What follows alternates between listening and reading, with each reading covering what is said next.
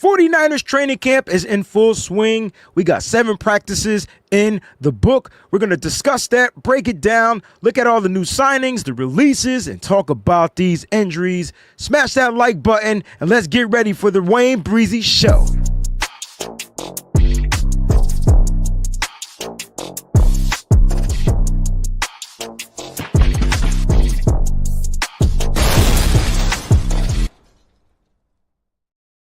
What's going on, 49er faithful? Make some noise and get it going out there. It's your boy, the Wayne Breezie. We came in and we're knocking everybody out. Touchdown for that behind. The NFL is back. We had our first preseason game. By show of hands, how many people actually watched that game in its entirety? Like, I watched the game from the beginning to the very end and watched the commentary at the end. It was exciting just to see football being back on television. We'll talk a little bit about Trey Lance's performance, former 49ers quarterback Trey Lance, and how he looked out there for the first half of that NFL game with his new team. All of that, man. We got a lot of stuff we want to break down. Today we want to discuss these injuries. Can the 49ers, can Kyle Shanahan, can his training staff figure out how to get these injuries under control? And I have some things that I feel like Kyle Shanahan is doing that is trending in the right direction for the 49ers to compete full go once the season begins. Thank y'all so much for tuning in to the Wayne Breezie Show, where we're going to be here every Monday, every Friday, between the hours of 11 a.m. and 2 p.m. So make sure that if you're subscribed to this channel, your alerts are set to on so you don't miss an episode. Also, if you're not subscribed to this channel, if this is your first time watching, click on that subscribe button. And everybody that's watching, subscribing or not, just hit that like button. Make sure you do that. It does tremendous stuff for the channel. All right, it does really good things for the Facebook, for the YouTube channel. Make sure you check me out on Instagram, Threads, TikTok, Facebook, all that good stuff, where I'll be bringing to you guys all the takes, the crazy hot takes, the spicy takes, all that good stuff. And I have all kinds of great NFL related shows, 49er related shows right here on the YouTube. So make sure you guys check that out. All right. Shout out to all the members of the Breezy Bunch crew. We're going to do member shout outs in just a sec. Just want to make sure I pay the bills. Shout out to our partners over at residency.com. Make sure you use that promo code SFBreezy if you're looking to save some money on your total purchase. All you got to do is use the promo code SFBreezy, and the exclusive content will be back real soon right there on the Patreon. Get in for the low, the $1 fee, man. Get in right now, $1. That way you can get access to all the 49ers documents that I create and statistics and things like that. You know, you don't have to subscribe to PFF. You can subscribe to the Wayne Breezie at Patreon, you know what I'm saying? And you can get some of those same good old things right there over there. All right, we're going to be looking at my depth chart today because the Niners are consistently making moves to the depth chart. It is crazy out there. Like, it's real crazy. Now, we got a goal thing going on. We got a poll question going on. If you're watching on the YouTube channel, the poll question right now is, should the San Francisco 49ers trade for wide receiver? All right, Commanders wide receiver Terry McLaurin. You're talking about an all-pro caliber type of wide receiver that's been doing his thing in the NFL.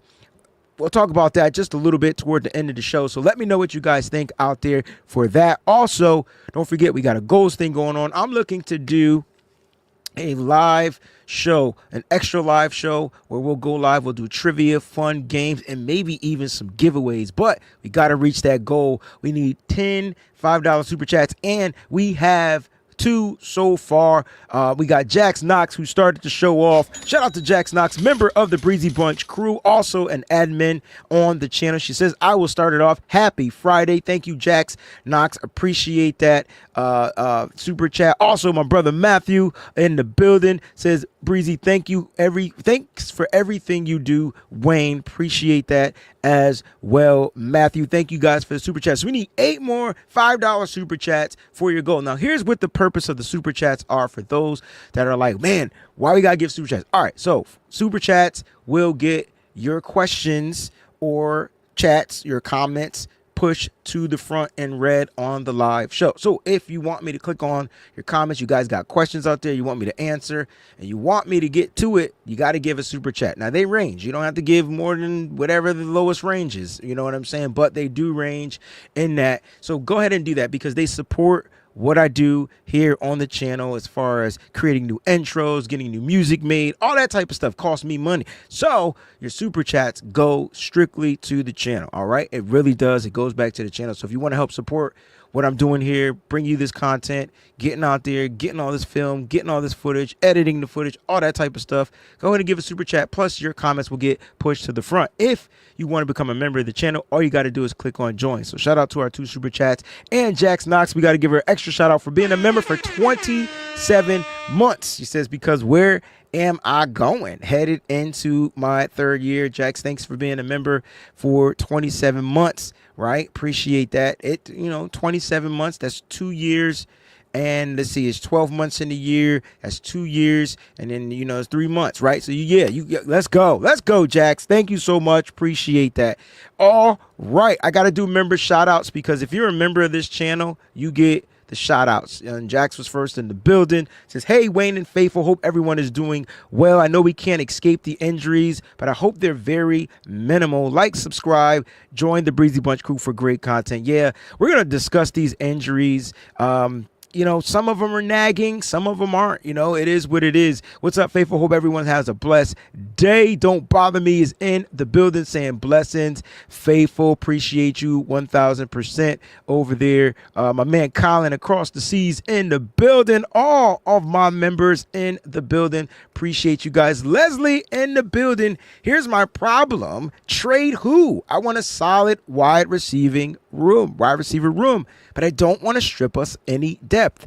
We have simply because the player is new.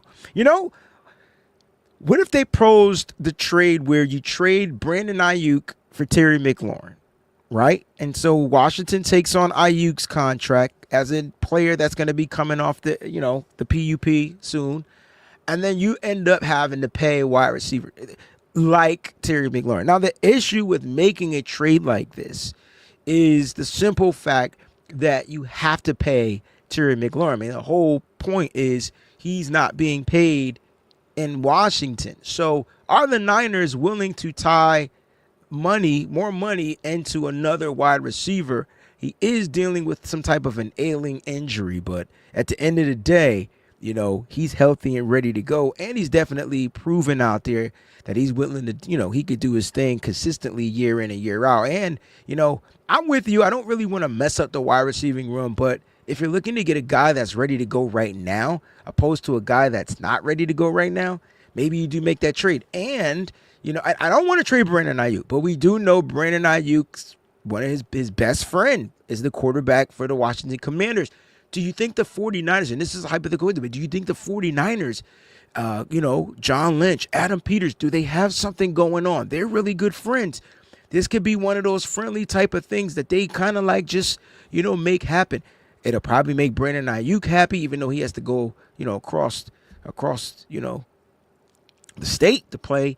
But he will be with his guy, Jaden Daniels. And, are the Niners willing to pay? The question is, will the Niners be willing to pay another wide receiver? Now, you don't really deplete the room if you do that, Miss Leslie. You're just making an kind of like an even exchange, right? Some people may feel like Terry McLaurin is better than Brandon Ayuk. I still feel like we haven't gotten the best out of Brandon Ayuk, but the best is yet to come with him. So either way, Ayuk has his contract. McLaurin is looking for a new contract. That's kind of like the ripple there. So we'll see what happens. All right. With that, appreciate you for being a member for the time. We have some more super chats we want to get to before we get to the gist of the show. So super chats get priority. Jax Knox with a question in the super chat. She says, Wayne, should we go out and get Terry McLaurin? Do you think the 49ers are willing to spend the money? And that's funny because I was kind of like just addressing that. Like, it's do I think they'll spend the money? The 49ers have proven that this is a year where they're going to be frugal, a little frugal. So I'm not sure if they're willing. They have money. They have cap space. And if they did it this year, it wouldn't cost the Niners. It wouldn't hit the Niners this year with the cap space Will they spend the money? They've spent money on wide receivers. So, yes, I believe they will. Will they go out and try to make a trade? Only if they're relieving some of their cap. So that it would have to be for Brandon Ayuk. I don't know if the Niners can even trade Brandon Ayuk because he's on the PUP. He would have to clear physical, pass the physicals, all that type of stuff. So I don't even know if that is a feasible trade. I want Brandon Ayuk and Terry McLaurin. I want the cake and I want to eat it too. So I don't even want to move on from Brandon Ayuk. But I feel like in order to make this happen, it's kind of like basketball. Those contracts kind of got to match up. And I don't know what McLaurin is looking for. He might feel he's a top 10 receiver, and then the Niners will be back in that. I don't know if the Niners want to go back down that road. So I honestly don't know. I truly don't know. Amy Ramos in the building with a super chat. Happy August. Oh my God, today's August 1st. Oh my gosh, it's Leo season. I don't have a lion sound, but happy birthday to all the August birthdays. If you're August 1st birthday, happy birthday. I have all my friends' birthdays are like literally in August. August and September, I feel like those are like the greatest friends that I have. Those are their birthdays, It's weird. But happy birthday to all I don't even know when Leo season starts, but happy birthday. You're a Leo. I think it's Leo season. Happy birthday to all the August babies. And if it is your birthday, let me know. We'll do a little shout out. 13 is my lucky number. And of course, our QB1, man, Brock Purdy. When we recap the training camp practice so far, Brock Purdy's long ball, the deep pass, has been looking purdy. You know what I'm saying? It has been looking really purdy. So I like it. I like that Brock Purdy is definitely trying to rear up, and throw that ball down the football field. And I think the most important part that we're getting from these deep passes from Brock Purdy, we knew it was there because he attempted it last year. He had the most air yards in the NFL last year.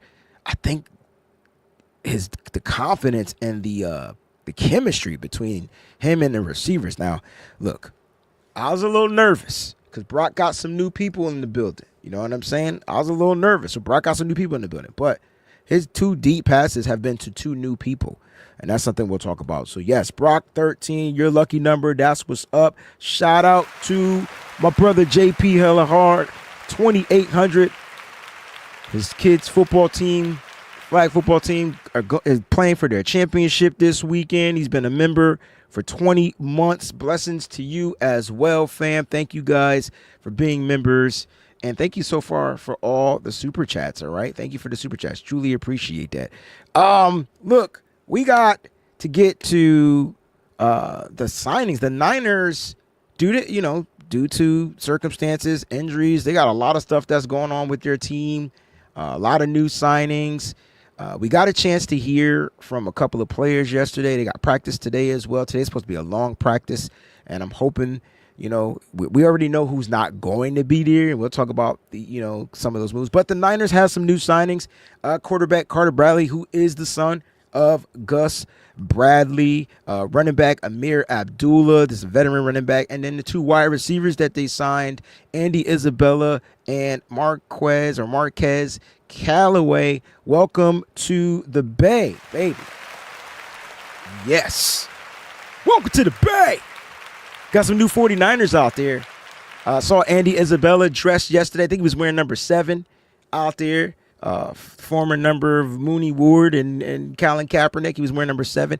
And let's just talk about like what I'm expecting for some of these new guys that are going to be here. Now, Carter Bradley, that's an interesting one because when I look at the depth chart for the San Francisco 49ers, and I say to myself, man, they got a lot of quarterbacks here. And I'm trying to understand it. They did draft a quarterback, Curtis Work, but he has been placed on the IR, so he won't play this season.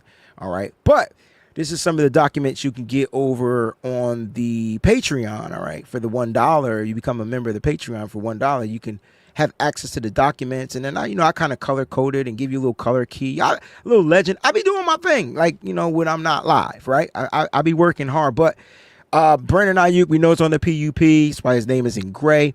But I was thinking about the quarterbacks. I mean, just looking at the quarterbacks, you got Brock Purdy, Mac Jones, Tanner Mordecai, Carter Bradley. So Tanner Mordecai, Carter Bradley, this is going to be an interesting little camp battle for that quarterback 3 spot.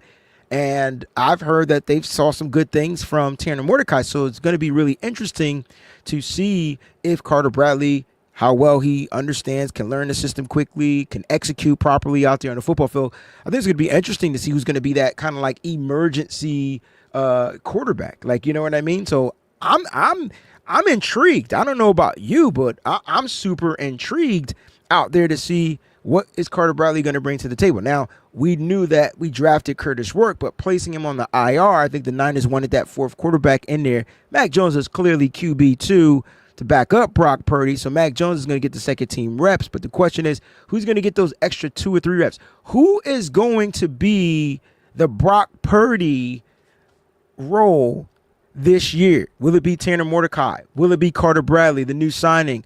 Gus Bradley's son. To be determined. I mean, we don't necessarily know. It's to be determined, all right? So we're going to see how that pans out.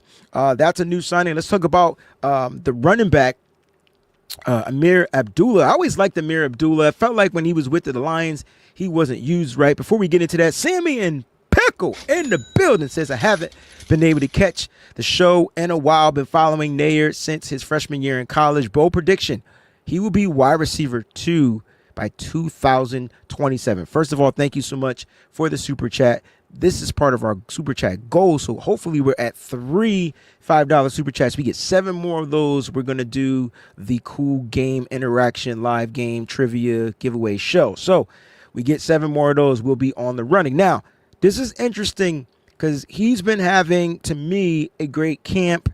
Now, I don't know about the consistency because I'm not there. So I can't tell you, like, is he consistent daily? But he has been turning heads. And that's interesting. I think what we're going to be watching there, depending on how well he plays in these games, these preseason games, especially that, the last one, right? Because he's an undrafted guy. And you said you've been following him. And I like that. But I think the Niners want more veterans in the building. That's why the signing, Andy Isabella, Marquez Callaway has been here. I'm interesting to see how well he plays once they put the pads on. I think from near Sammy and Pickle, that's when we're going to be able to determine, you know what I'm saying, how well he's able to, look on a Sunday or on a Thursday or on a Monday night, But you said wide receiver 2 by 2027. And here's where it gets tricky, though. And let me know if you agree or disagree, because, that's what we're here for. How will the Niners find a way to keep this kid? Because if he balls out, he's gone. Unless the Niners give him a roster spot. Now, I'm all for players earning the 53-man, one of the 53 roster spots. That's the key. You got to earn it. But the Niners might have to play that game, Sammy and Pickle, where, bro, we don't want to lose you. Because think about some of the players that we've seen that showed some type of promise, that still needed some type of development, that we thought would make it and to the practice squad. Nair, if he has a good game, he shows. Because I wouldn't be surprised if the Niners didn't even utilize him. Don't even throw the ball to him. Because they don't want the other 31 teams to see how great of a catch he was as an undrafted guy. Like, remember, Nair chose the Niners. I don't think people remember what undrafted free agents choose their team. That's why they're called free agents. They're just undrafted, right? The team didn't choose them. They chose the team. He could have signed with 31 other teams. He chose the San Francisco 49ers because he felt like that would be his best opportunity. And so that's a good sighting. But the Niners, will they do right by this kid? And I don't know. I like, it's going to be weird because I feel like he has the potential, like you said, to be a wide receiver 2 by 2027. And I'm going to be honest, 6'4", 440. I mean, doesn't that sound like a faster version of Jawan Jennings? I mean, catch radius is there, jump ball is there. Isn't that where we're going? And the Niners right now are in the boat of where they have to make a decision. Are they going to extend Jawan Jennings? Are they not going to extend Jawan Jennings? If they're in that kind of boat, if they like Isaiah Nair, maybe Juwan Jennings doesn't get extended. And this becomes a ripple effect because we're starting to hear players speak out about how they don't feel wanted. Now, I'm cool with that. Just don't quit on the team. That's what I'm not cool with. So if you guys watched the Bam Show episode where I was kind of ripping Mooney Ward a new one, it's because I felt like from his article and statement, I'm not going to linger on it, that he quit on the team. He said he wasn't motivated. Well, that's quitting. I'm sorry. And I'm hoping I'm that. And then you hear Dre Greenlaw talk about he wanted to sign with a team that wanted him. That's weird to me because it's like, bro, like I get it, but it's business and they can't pay everybody. So go get your money for sure, but don't quit on the team. That my biggest issue. I didn't think Greenlaw quit on the team. He literally physically couldn't play. But Ward felt like he said he wasn't even motivated to play. So that made me feel like he quit. I don't get that same vibe from everybody else. Like, you know what I'm saying? So we'll see what happens. Like, you know what I mean? It's going to be interesting out there. I love Nair. Long work to go. He's one of remember that Madden? We're gonna talk about Madden too. We got the Madden updates. You remember there was a Madden version and they had like, you know, Madden was trying to do the 2K mode, the NBA 2K mode, and I think it has something called long shots. I feel like Nair is kind of like a long shot. You know what I'm saying? But it's all about the time he gets opportunity. So appreciate that. Appreciate that comment. Now, we'll talk about some of these other players really quickly. And before we do, you know, I did want to talk about real quick what we saw last night with football being back. You saw the Detroit Lions offense a little stagnant out there, but you saw the Los Angeles Chargers offense look really good out there on the football field, led by former 49ers quarterback Trey Lance. Now, I know a lot of people are like, well, he didn't play anybody. Yeah, but if he sucked, y'all would have trashed him. But he didn't suck. So let's not trash the kid for doing well and with his assignments. And if you watch Trey Lance out there on the football field, you saw like this emergence of Trey Lance, right? You saw better passing, first of all, you saw better decision making. So the maturity was there. You saw him hitting that check down. You saw more touch on his passes. You saw him throwing the fade routes. You saw him score 3 touchdowns. Like you saw a lot, and it doesn't matter if he was playing against 1, 2s, 3s, 4, or whatever. My point is, he was given the starting job, and he went out there and he executed. You know, and to me, Trey Lance deserves a round of applause. I'm all for that. And my thing was this: it didn't matter what quarterback the Niners drafted that year. That quarterback was going to need those quarterbacks from that draft in particular. Those quarterbacks, the top 5 quarterbacks that went: Trevor Lawrence, Trey Lance, Zach Wilson, Mac Jones. He's a Niner now too. Let it figure. And I feel like there's one more. All of those quarterbacks needed the opportunity to develop.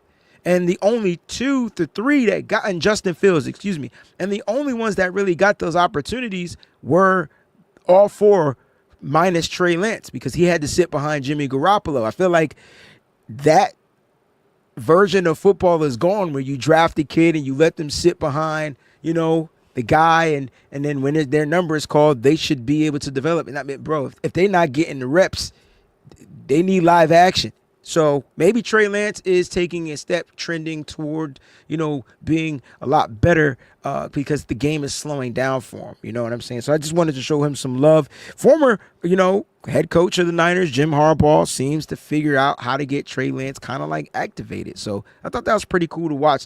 Let's talk about the rest of these guys that we have. And I got some more super chats I want to get to as well. And I see some comments from some members out there. I'll definitely try to get to those as well. Amir Abdullah, been liking him since he was drafted in the NFL. Now, this guy's been in the NFL for a damn long time. I mean, he was drafted by the Detroit Lions in 2015, ladies and gentlemen. Former second-round pick, 2015. This guy has some wear and tear on him.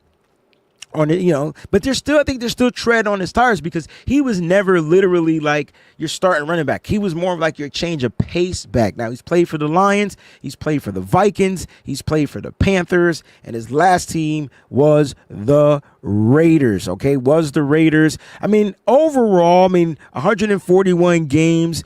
He started only in 26 games, so that's letting you know he's just a reliever. He's a change of pace back, scat back, whatever you want to call it. He's that type of guy, but he's a veteran and he understands football, and I think he can learn the system rather quickly. 26 games he started, 1,994 yards. He rushed for 1,994. Those are his rushing yards off of 494 attempts. He has 8 touchdowns as a rusher, and he averages about 4 yards per carry, right? So every time he rushes the ball. Now, as far as receiving, you're going to get a bonus there too. All right, you're going to get a bonus. He's been targeted 268 times. He has 203 receptions, all right, for 1,468 yards. Sounds familiar, right? Like Bobby Turner has a type. And Bobby Turner, is a couple of things you got to be able to do in Bobby Turner's offense as a running back. Literally, you got to be able to run the ball. You got to be able to be like, hit the hole, let things develop, especially for the outside zone. You got to understand that. And then you got to be able to catch out of the backfield. You got to be able to line up out of the backfield. You got to be able to do different things as a running back for Bobby Turner, and you got to be able to pass protect. And I feel like they brought in a veteran that can do some of those things to get through. This is what the Niners are doing. They're getting veterans on football film for a preseason because they want to know if this is a guy that we can call, we could bring back. And so you get him into camp. You get him worked out. You get him caught up to par. I wouldn't be surprised if he's released, but he's probably going to play the majority of the preseason, right? He's probably going to get that. Now, there has been an injury to the rookie running back Jordan James, but I also want to see Corey Kiner. So the question is going to come down to, are we looking to find a way to stash Corey Kiner, the undrafted free agent, or are we going to look to stash a veteran in Amir Abdullah? So we'll see what happens, but he is one of the newest members of the 49ers. I know you guys want to know about Andy Isabella and Marquez Callaway. So let's start with Callaway. Callaway's been in the league since 2020. All right. He was drafted by the New Orleans Saints. And then the last team he played for was the Tampa Bay Buccaneers as a wide receiver. He played in 47 games. He started in 17 games. He's been targeted 143 times with 83 receptions for 1,069 total career yards. All right. So never been a true number one, but a guy that can probably come in, another veteran to move the chains. Averages 12.9 yards per reception. So that's kind of like what Kyle Shanahan likes. He's a 4.5 guy, so he's not super speedy. He's not the speedy guy. He's probably more of a possession guy. 53 first downs. So that's kind of like what he's going to be looking to do. 53 first downs. All right. So that's what you're going to get from a guy like Marquez Callaway. Can he block as a wide receiver? I mean, that's something that we're going to, see. That's something that we're going to see for sure. And then there is the Andy Isabella, the 49er, route up DB guy. Like I remember, was that a Manuel Mosley that he just routed up on it wasn't even a corner route. It was like a cross. I don't know, but I know Mosley got caught and spun around, and here's Andy Isabella getting a first down on a third down. I remember that play. I think it was a third down, and he just routed him up and got him. I was just like, dang. All right, you get the 5'9" kid. Now, to me, Andy Isabella is Trent Taylor, but upgraded, just an upgraded version of Trent Taylor. 2019 is when he came into the league. He was drafted by the Arizona Cardinals. He played for the Ravens, and the last team he played for was the Buffalo Bills. All right, Buffalo Bills. He's played in 43 games. He's only started 3 games. Interesting, right? 3 starts under his belt. See, these are things that I think the Niners, because I'm trying to figure out. He's been in the league forever, but he has 3 starts. Does he have those accrued seasons to be considered? I don't know. It's just so weird. 54 targets, 33 receptions, 447 yards. What are you getting from Andy Isabella? Speed and the ability to use on special teams as a returner, because that's what he does as well. So you're going to get speed. You're going to get good hands, things like that. I mean, he's caught 33 of the 54 targets that he's been thrown to. He's averaging 13.5 yards per carry, so the yak would be back. I think the Niners are going to really get back to a lot of those crossing routes, a lot of those quick throws, man. I miss that.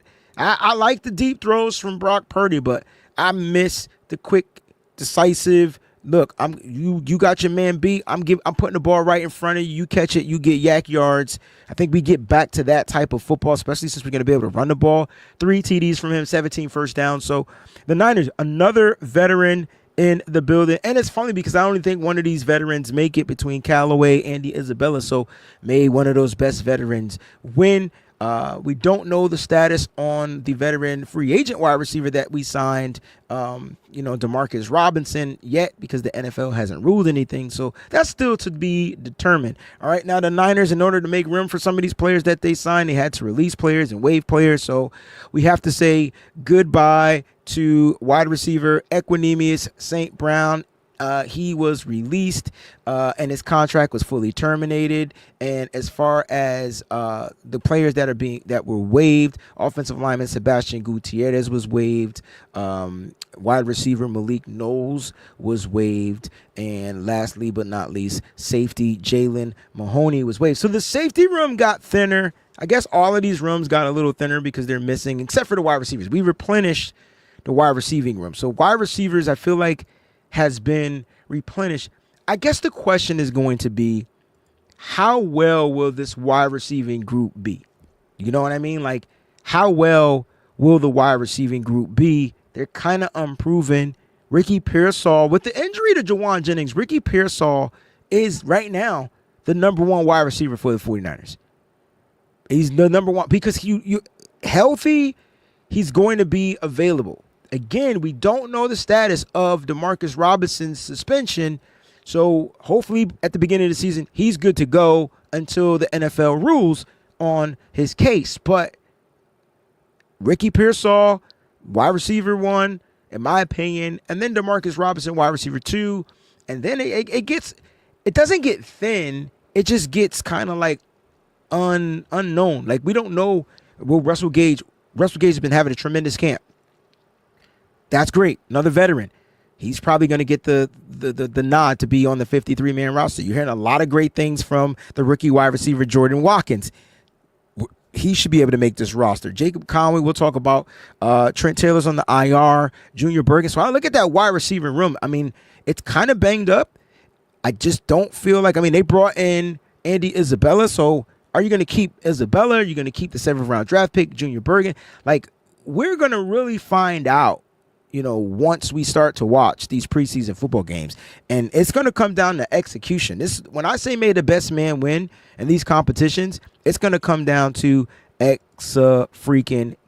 I promise you, it's going to come down to execution. Now, as far as 49ers news, the team has activated offensive lineman Ben Barch off of the PUP. So you guys know about Ben Barch being good to go. So the current 49ers starting offensive line, Trent Williams, left tackle. You got left guard, I think it's going to be Ben Barch since he's fully back. Then you got your center, Jake Brendo. I know a lot of people still have the question mark around Jake Brendo. Dominic Pooney, right guard.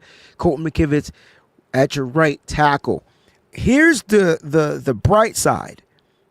All of those players, those 5 players that I've mentioned, have played together as a starting unit. And the cool thing is there's continuity there. The question is, how well will they be able to perform out there? And that's where we're kind of sitting back still waiting. But they have that chemistry. They have some type of connection of chemistry and continuity. So I'm all in on trusting Chris Forrester until I see otherwise. But that's going to be the starting offensive line, I believe, going into this season. So congratulations, Ben Barch. He's off the not PUP, the NFI. Excuse me. He's off the NFI. I forgot he was the one that was on the NFI. Non-football injury. So, look, let's talk a little bit about some of these Madden. I know a lot of people don't play Madden, but I do Madden Sims on this channel. And I'm trying to do my best at relieving stress. But I feel like the more we play, we don't even play the game. Like, we're literally just watching the game, right? We're literally just watching the game of Madden. But Madden placed their rankings, so the game will be out very shortly, and the rankings came out. Now, the 49ers have 5 players that made top 10 list on different positions, right? And so their number one player, George Kittle, one shy of a 99. I'm not sure how Kittle didn't make the 99 club. No tight end made the 99 club. So George Kittle is the number one rated tight end in Madden. I just wanted to put that out there. I don't know how he didn't make the 99 club, but he's not. So you got George Kittle at 98. Fred Warner, like they didn't, like the highest rated linebacker, 97, didn't make the club. Trent Williams, 97, second highest rated offensive lineman. Let me tell y'all how good Trent Williams is. Trent Williams played in 10 games maybe last year, if that, healthy, coming off of contract negotiating offseason and not really up to par. Trent Williams up to par, and he's still the second best rated offensive lineman in a video game. Like, that junk is crazy to me. And he's coming off of a couple of years where he was in the 99 club. If you guys remember that, Madden 24, Madden 24 maybe, because Madden 25 was Christian McCaffrey's year. All right, so Nick Bosa, 95, thoroughly respected. He's 4th on the list from defensive ends. And then Christian McCaffrey is a 94. I believe he's 4th on the running backs list. So no Brock Purdy in the top 10. Can't think of any other players that we would have seen ranked, but we do have the top offenses for Madden 26. We'll talk about these. You got the Ravens, number 1 offense, 94, Eagles 94, Bengals 92, Lions 91, Buffalo Bills 90, Chiefs 89. The Niners sit at number 7. All right, number 7. Where's my foghorn for that? Because a lot of people feel like the Niners offense is going to be bad. And even Madden thinks that the Niners offense is going to be really decent. And again, they're starting off base 88 ahead of the Washington Commanders, who has their quarterback, I believe, in the top 10. You got the Rams 86 and then the Buccaneers at 85. So the Niners are getting a little bit of love. I can tell you right now, they didn't make the top 10 in defense, but overall, the Niners are the 10th best team in Madden 26 with an 86 overall ranking. I think last year their defense was so piss poor that it really brought this team down. Their defense is not even a top 10 defense. I wouldn't be surprised if it's like 11, 12, 13, 14, 15, just with the resurgence, but there's too many unknown factors. And the reason why I'm putting this up here is because this is how I feel a lot of the NFL eyes out there, the people, not us, not the fan base, but the NFL analysts and those guys. This is how they look at the San Francisco 49ers. I think they're looking at a defense that they just don't know yet. There's too many unknown factors. Now, this is my theory, this is my thought, and this is what I have to say to them, okay? If you look at the levels on the defense, the Niners have 2 All-Pros that are there, right?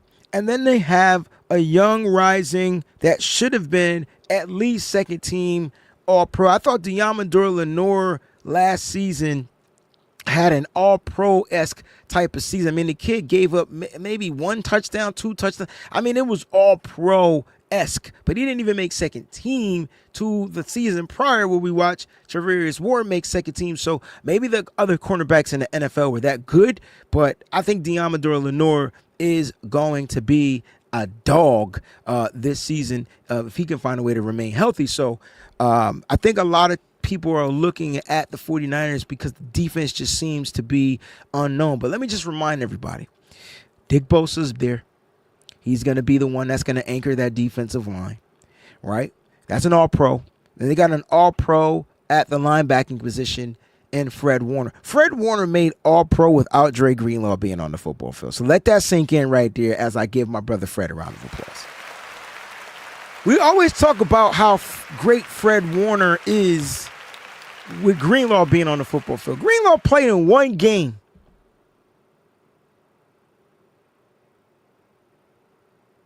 And Fred Warner's found a way to still be the best damn linebacker in the NFL. He deserves a lot more credit, but that ain't what he plays for. Like, Fred is looking to win a championship. This is why I love Fred Warner. Like, you know what I'm saying? Like, I love him. Right, Filthy. He made All-Pro on a bum ankle and no Greenlaw. So that gives me that upside that I'm not necessarily worried about the linebackers this year, because I feel like with Salah being back and his specialty being in, kind of like him and Johnny Holland getting together and be like, yo, we get these linebackers right. You got D. Winters, where the game should officially have slowed down for him by now. He seems to be improving from camp. And then you got, some of these young pups up here that's still looking to make a name for themselves. The Niners aren't spending a lot of money in that department. You got guys that are actually playing to earn respect, to earn contracts. I like that the Niners, in my opinion, I like Fred Warner, and I like the linebacking core. So I don't think they're going to take a big dip at the linebacking spot. I could tell you right now that D. Winters is going to be light years better than that guy, that name I won't mention, that quit on the team. I'm never going to ever say his name again. I gave him all the passes last year until that moment. That motherfucker could go somewhere else, like under the earth. But at the end of the day, I think the linebacking core is going to be a lot better than what it was last year with Fred leading the realm. So those are two All-Pros, and then you got in your secondary. I mean, if you want to put question marks around the safeties, that's fine, but not every team has All-Pro safeties. You want it, but not every team has it. But I really think in a cornerback spot, I think Deommodore Lenoir really is going to make a name for himself this year, and he's going to let everybody know that it's going to be a freaking problem. How far is Brock Purdy 13 on that list? He didn't even make the top 10, so I don't know what the top rest of the list is for Madden, but it is what it is. So I just wanted to put the Madden rankings, because we're going to be doing the Madden Sims. The game comes out, and then every week we're going to do the simulations. I'm going to even try to simulate the preseason games. That's going to be fun too, right? Where we just sit back, watch, and see how the computer kind of like thinks of the 49ers. But we all know that Madden does Brock Purdy dirty. I'm hoping they fix his mannerisms, the way he holds the ball, the way he acts out there. And I'm hoping that's fixed in Madden 26. If Madden 26, if EA Sports is watching, I hope you guys fix that, because I have no problems letting you guys know. Let's get to the gist of the show. We're 40 minutes in. Just quick, a member shout out to everybody out there. 49er Jeff is in the building. What's going on, baby? I see you out there. I saw Tanisha out there as well. Hope I didn't lose you.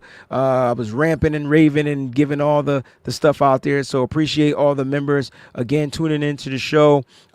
She said that Harbaugh is patient with Trey Lance. I'm not even going to go into that conversation. I'm with you. But this is what I did want to point out. I knew I started something. She says, I'm with you about quitting on the team, because overall you're still getting paid for your production. Right. It's not like they said go play for no pay. I don't want to get into this conversation. That's what the BAM show is for. But yeah, right? It's not like, bro, you're still getting a contract this year. So what's the problem? Now, go bust your ass, and maybe you get a new contract. Or put out the best film for the next team. These players know. You know what I'm saying? And it's unfortunate he went through some stuff, But I can't believe he actually said the words that he said. I wasn't motivated because they didn't offer me a contract. That blew my mind. All right, anyway, but that's the thing. Some people's motivation is money. I'm not against anybody's motivations. I'm not. I'm just not. X-Man, what's going on? This is no way Jared Goff got in before Brock. He did. Listen, Brock is going to get no due diligence. Brock, because all right, you go back to the season that the Niners were in the Super Bowl. As well as Brock played, Brock got the least amount of credit. As well as he played, he led in just about every quarterback statistical category. And if you go back to that season, he got the least amount of respect. It was all about, he has George Kittle. Oh, he has Brandon Ayuk. Oh, he has Deebo Samuel. Oh, he has Christian McCaffrey. Oh, he has Kyle Juszczyk. Oh, he has a bench. Oh, he has Coach Kyle Shanahan. Oh, it was like nothing. It was just like Brock. And then what didn't really help his case was the simple fact that the next year, a bunch of injuries, and Brock could only get his team to win 6 games. I think that's a lot. And if you go back and look at the context, We didn't just lose because of Brock Purdy. We lost games. Kickers missed field goals. Got into situations. We just defense was giving up 95 points per game. The Niners offense with the injuries that we had last year just could not keep up in the scoring. So the context to me is, well, Brock is still great. He might not be that elite guy that everybody thinks. That's not how I think. But I still think he has that process into where he can get out there and will his team to victory if the team is all in. Like, the team still got to execute.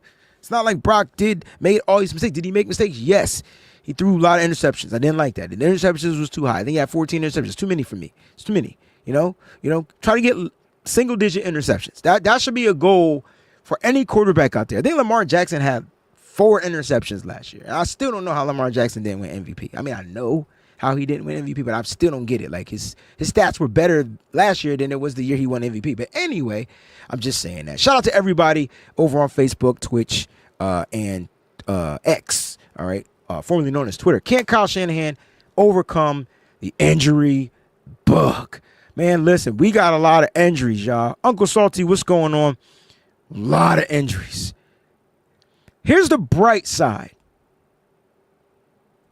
When I look at the injuries, I don't see right now these injuries being detrimental to the team.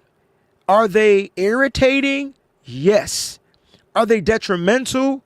Nah. Because we're not talking season-ending injuries. Now, if there were any season-ending injuries, I believe Curtis Rourke is done for the season because he's on the IR. I don't think he's going to play. I think Trent Taylor is going to get released. And injury settlement, whatever. So that's 2 guys I don't think that's going to take up roster spots. So when I'm thinking about the 49ers and their injuries, I'm saying to myself, wow, this is going to be interesting. Taron Jackson, we know, has been put on the IR. His potential season is probably going to be over. They still haven't disclosed what the injury was, but we do know he was carted off the football field. These other injuries that are coming up are probably just like wear and tear, just from the practicing. Now, there's no team in the NFL that practices harder than the San Francisco 49ers. Now, I'm not mad at that. I'm not mad at how hard they practice. I'm cut from a different cloth. If you were from the era where you practiced 2 times in one day, raise your hand if you're sure. That's me. And that was on a high school football level. And when I tell you that jump was hard, but it sustained. To me, it made injuries less to happen. There weren't a lot of injuries. The body was used to certain conditions, heat exhaustion, you name it. Like, the body was used to it. And a lot of injuries come from not having the proper nutrients. We ate different. We worked out different. Of course, we stay hydrated, But at the end of the day, it just seemed like when you were putting your body through that rigorous type of training, your body was, more able to adapt to certain situations. And you didn't see a lot of the hamstring injuries. You didn't see a lot of these ACLs, these MCLs, these injuries that can sometimes, end the season for a player. Now, the new CBA is in full effect. So I think what Kyle Shanahan is doing, he's trying to ramp it up, be as rigorous as he can be according to the rules. And some players' bodies are just different, man. They're not like really reacting. And the hamstring injuries to me are the most concerning. And so can Kyle overcome this injury bug this year? Because every time Kyle Shanahan has these crazy injuries, man, the season is just not a winning season. It's just the way it is. There's nothing we can do about it. He has to figure this out. He has to figure this out. So let's go over some of these injuries. The newest guy on the injury report is cornerback Deommodore Lenoir. Now, he's having hip injuries. I'm not sure if these are the strains. I'm hoping that they're just strains. But according to Kyle Shanahan, he's going to miss the next couple of sessions, practice sessions, that is, with the San Francisco 49ers, so don't expect him for the next 2 to 3 days to be back. Now, the Niners practice today. I think they practice tomorrow, and they have Sunday off, if I'm not mistaken. And so he'll that Monday he should be full go, ready to go back to practice because they got their first preseason game coming up. But Deommodore being on that list is something new. Jawan Jennings being on the list, he re-injured his calf muscle that he hurt in OTAs back in May. And so we don't know the severity of it. Kyle Shanahan said that there's no timetable. Now you're talking injuries. So there's difference between types of injuries, and then there's differences between the injuries to certain players, right? Like, the Niners can't have the number one cornerback and the number one wide receiver out. Like, that's scary. Like, that to me, that's when I don't panic, but I got to figure things out. Now, I said that I think Kyle Shanahan is doing some things to help, and you see some of these veterans not practicing. Christian McCaffrey, Trent Williams, Nick Bosa, like Kyle Juszczyk. Like, none of these guys are practicing. Like, they're getting extra days off than I've noticed in the past. And he's really trying to savor their flavor for, even preseason. I don't even expect them to play in preseason. I wouldn't be surprised if not. Fred Warner, I wouldn't be surprised if none of them play in the preseason. I don't need them to play in the preseason. What the hell I need them to play in the preseason for? They don't need to play in the preseason. I wouldn't be surprised. But I do know Kyle is doing what he can to limit, their practicing, to keep their bodies fresh. Now, as far as some of these other players, they asses got to get out there. Like, I'm sorry. Like, they got to prove themselves, because here's what I'm going to say. The two scariest injuries right now, to me, alarming. I don't want to say scary, but the alarming ones, because I feel like these will nag, are the hamstring injuries to Jacob Cowling and Renardo Green. And these are two players that the Niners drafted high. Renardo Green, 2nd round pick. Jacob Cowling, 4th round pick. And I think that the Niners are really looking to bank on these guys this season. Renardo going into his 2nd year. He's cornerback 2. And so now you're seeing the 49ers have to do all these makeshifts and add these new players. They signed Eli Apple. They got to keep replenishing the room while these guys rejuvenate and recoup with these injuries. You don't play with the hammies, because once that hammy tears fully off the bone, it's season done, right? And so you're trying to prevent season-ending injuries. Can Kyle Shanahan, the question is, can Kyle Shanahan overcome the injury bug? Well, he's doing it by resting players. He's doing it by signing new players and letting these players recover. He's not rushing their timetable back. You got 2 to 3 weeks on these hamstring injuries. We got some days off for this hip injury to Lenore. So we're going to see what's going to go down. Jordan James' injury is interesting because I don't know if this is a knee injury, if I'm not mistaken, to Jordan James. And they said that it's kind of day to day. But they signed Amir Abdullah. Now, they could have signed Amir Abdullah to replenish the release of Israel Abanikanda. Okay, remember, he was released a little earlier when they signed a new defensive player, right? So that could have been that, and they signed those wide receivers. That could have been that. I don't know.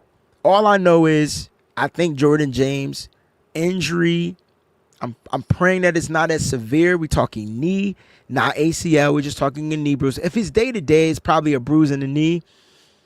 Here's just my theory thought process on what I think the 49ers are probably going to do with Jordan James. The Niners have 5 running backs in their stable. Let's take a look at the running backs one more time on our 49ers, depth chart. And they have these running backs. Now, they always had these running backs. You got Christian McCaffrey, Isaac Orendo. That's your 1-2 combo. You got Patrick Taylor. You got Jordan James. Now you got Amir Abdullah. The Niners, in my opinion, may be looking to try to find a way to stash Jordan James. They paid Patrick Taylor money. They signed him as a free agent. They just signed Amir Abdullah as a free agent. Now, one of these guys is going to end up on a practice squad.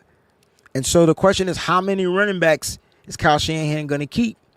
And there's no way I think he keeps all 5 on the active roster. 5 running backs taking up 5 spots on the 53-man roster just doesn't make any sense. Kyle Juszczyk is automatically going to be a lock on there. So that's going to be a lock. So it's Christian McCaffrey, Isaac Guerrero. Which one of those veterans are you going to keep? The Niners, in my opinion, are going to go 3 running backs and the fullback. So that's a total of 4, and that's still a lot. Patrick Taylor Jr., Amir Abdullah can be probably released and then signed as, because they're veterans, signed as practice squad veterans, right? So I'm thinking that's the trick that the Niners are going to probably try to do when it comes to those 2 guys.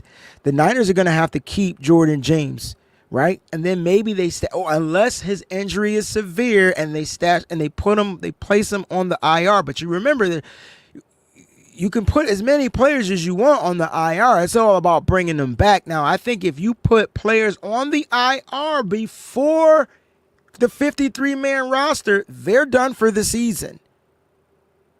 They're done for the season. And when you look at the IR players, Curtis Work, Taron Jackson, and Trent Taylor are the official IR players. Them guys aren't playing this year.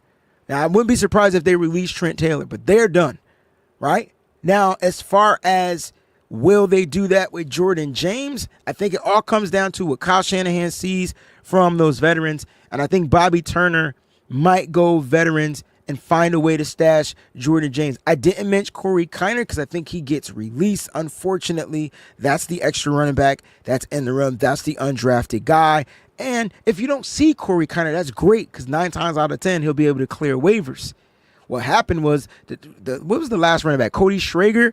He looked promising, and so once we released him, he got picked up real quick. You know what I mean? He got picked up real quick. So pay attention to the Jordan James situation.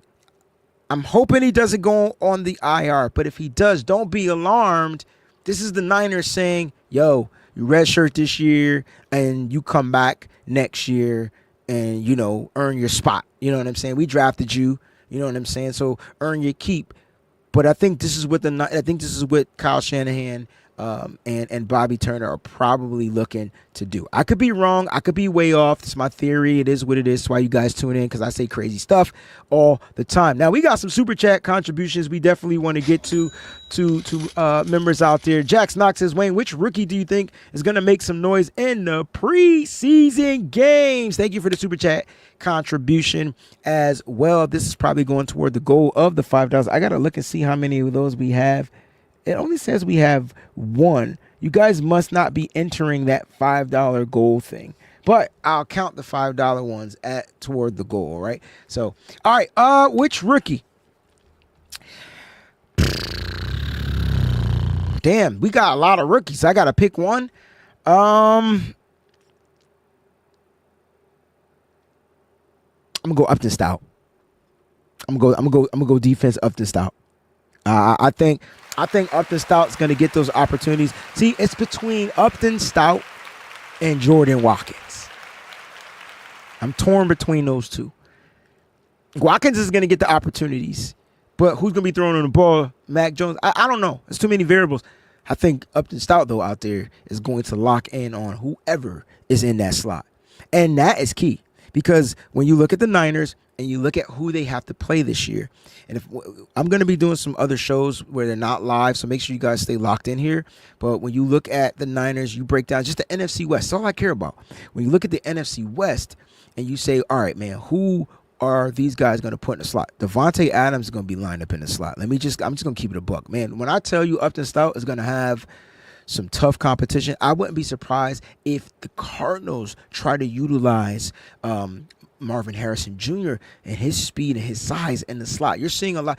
The Niners, Juwan Jennings, the Rams, Puka Nacua in the slot. Like, these are the guys that Upton Stout is going to have to go up and match up against. And I gave you the guys. And in Seattle, he's probably going to have to cover Mick Cooper Kupp in the slot. Like, he's going to have some competition. So I'm looking at this because he's going to see these guys twice a year. And so I don't think that matters. I don't think the names that I mentioned they're going to matter to my boy Up the Stout. So I'm going Up the Stout. Thank you for the super chat contribution. Sammy and Pickle says, another towards your super chat goal. I agree. This year they find a way to keep him and next season make the team. Then by 2027, he is our wide receiver too. Where we're talking about Isaiah Nair, the undrafted free agent. Thank you for the super chat contribution. I appreciate that.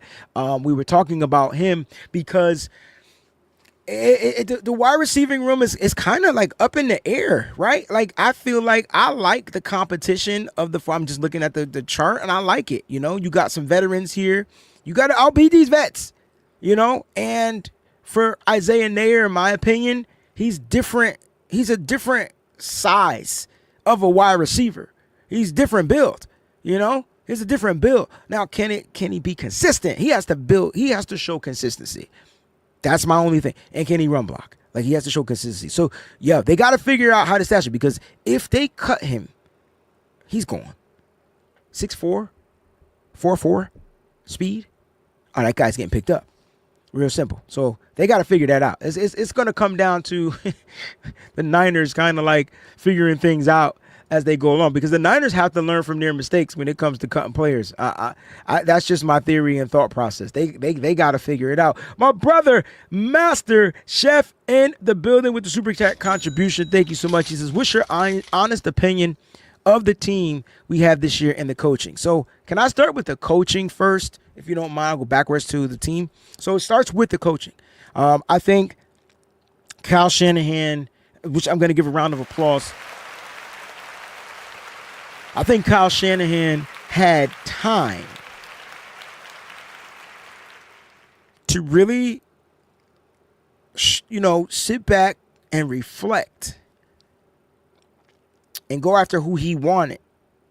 And so, to me, in my opinion, I think Kyle Shanahan not competing last season was a gift.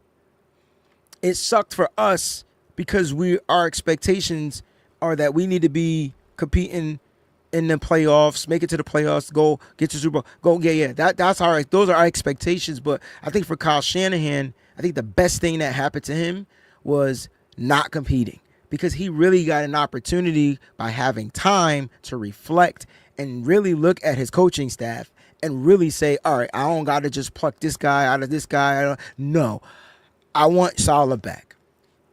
Give me I need my Saleh. And Saleh was available. And so that it started there.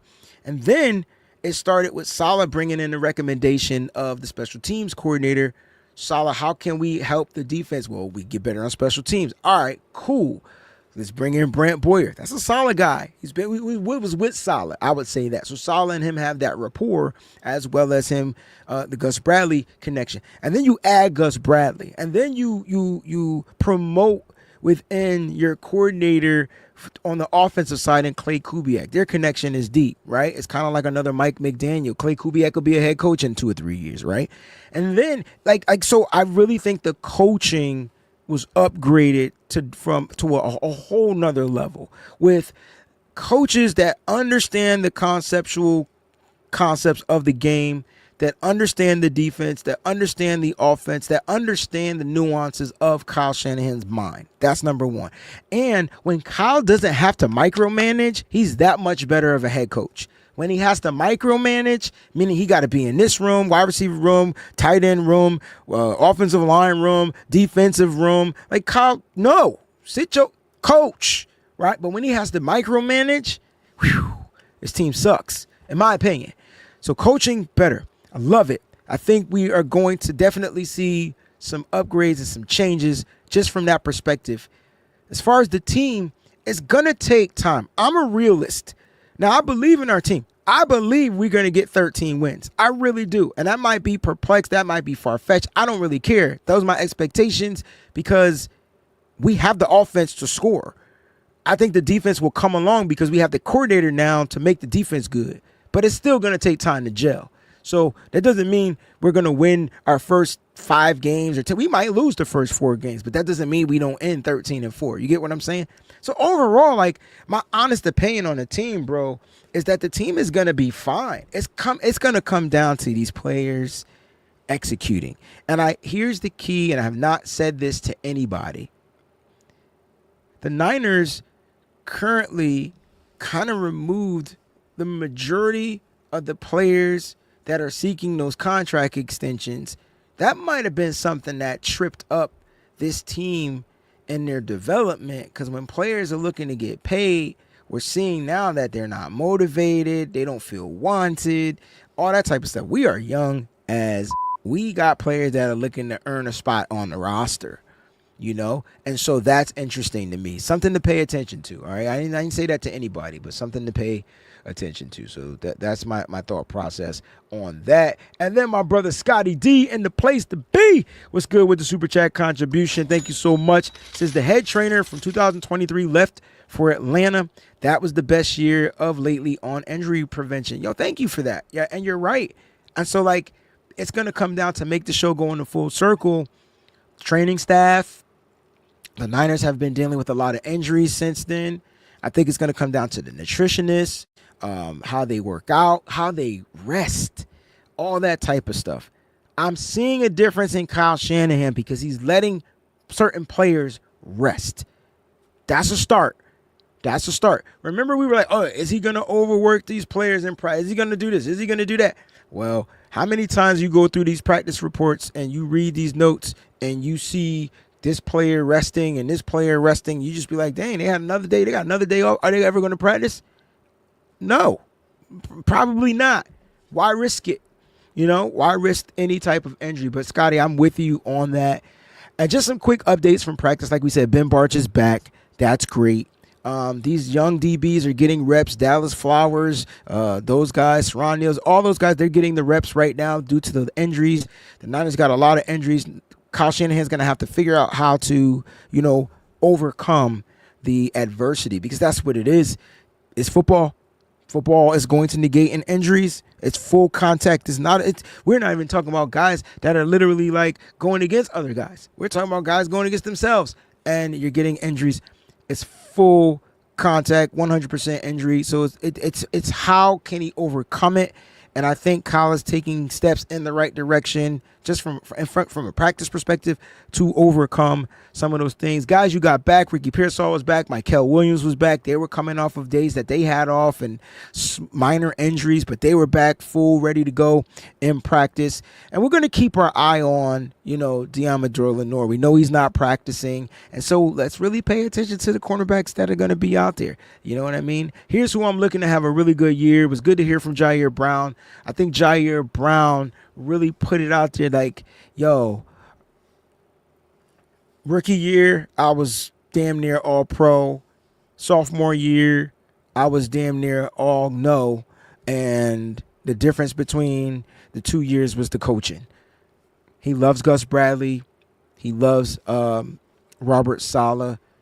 I'm not saying he's going to be an all pro this year. Yes, I am. I think I said Pro Bowler.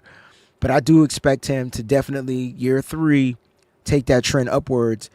Don't sleep on Jair Brown. I know a lot of people are giving up on him. Don't use last year as that basis. It was just a low year. He wasn't great. Whatever he was asked to do just wasn't great. But the defensive call plays weren't great. So at the end of the day, how can I expect my players to play great if the coaches aren't great? And so that's my thing. That's how I look at it. But I'm really thinking Jair Brown's going to have a great year 3. And Ricky Pearsall, I think, is going to have a great year 2. He's all about health.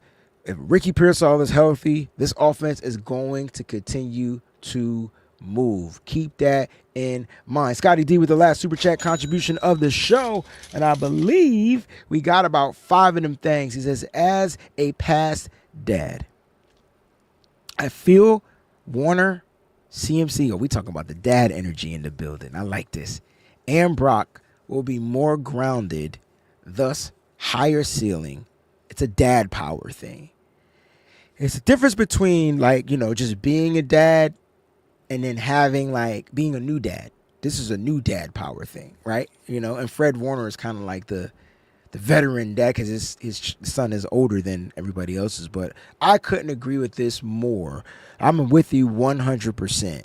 The mentality is going to be different. That's why it was tragic. Trent Williams, Travarius Ward, and them losing kids last year.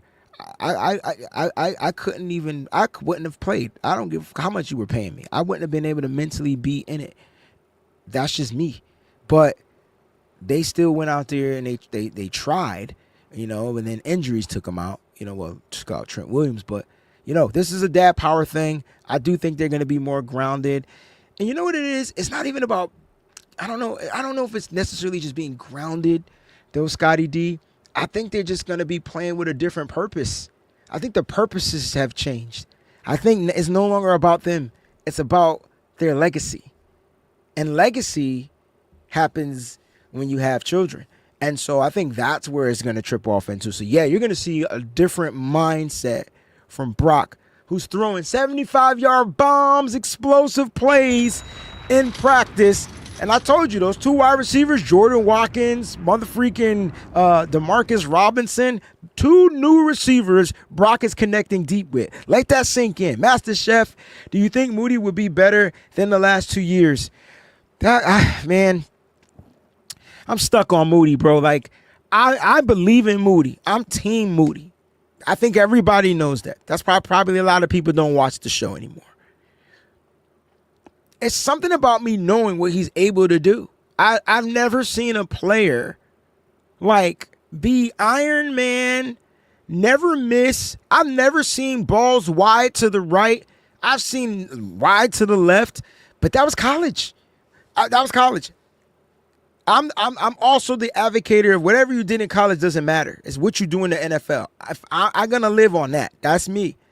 So I can't understand the transition and what's going on with him mentally or his mechanics or whatever. But I will say this. I think Kyle Shanahan and Brent Boyer, I think they're going to come together and they're going to say, hey, we're going to keep Moody. He's going to start, but we're going to keep him on a short leash.